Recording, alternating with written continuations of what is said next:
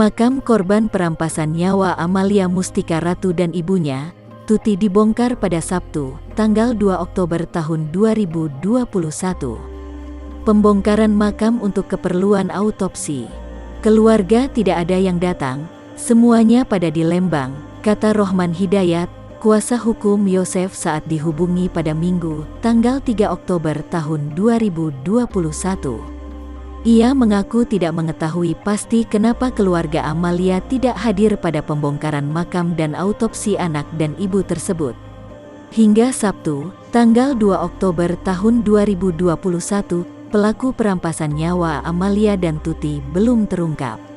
Meski begitu, Polres Subang dibantu Polda Jabar dan Bareskrim Polri masih bekerja mengungkap misteri kasus perampasan nyawa anak dan ibu tersebut.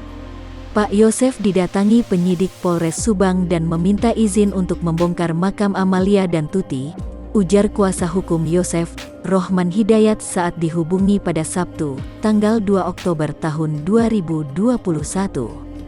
Tentu dari keluarga mengizinkan demi mengungkap misteri kasus ini, ucap Rohman Hidayat.